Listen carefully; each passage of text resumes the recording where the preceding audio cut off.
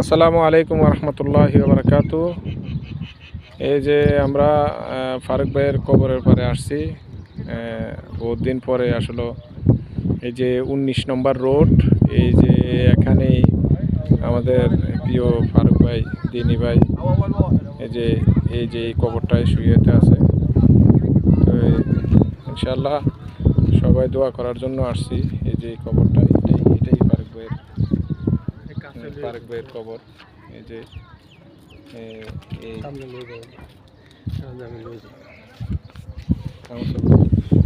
এইটা হচ্ছে ফারুক ভাইয়ের কবর। এইটা এই দুই মাঝখানে এটা হচ্ছে ফারুক ভাইয়ের কবর। ওকে, এটা হচ্ছে আমাদের মনির ভাই, যে সংগঠনের আমির। আমাদের মনির ভাই কুমিল্লা সিটির কর্পোরেশনের বড়।